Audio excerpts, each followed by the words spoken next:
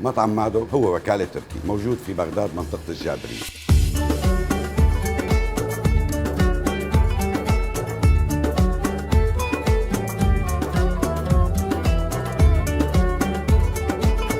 دائما بهمنا الزبون يدخل سعيد ويطلع سعيد لعنا. نتميز باكلاتنا الطيبه ان كان الشرقيه العراقيه او التركيه او الغربيه، ونحن بنمتاز يعني بلحمنا، لحمنا عراقي 100%، ما بيدخل لعنا على المطعم الا اللحم العراقي. المطعم مؤلف من 3 طوابق، الطابق الارضي هو الطابق الVIP والطابق الصحي الغير مسموح فيه تدخين النراجيل، ويقدم كافه انواع الاكلات.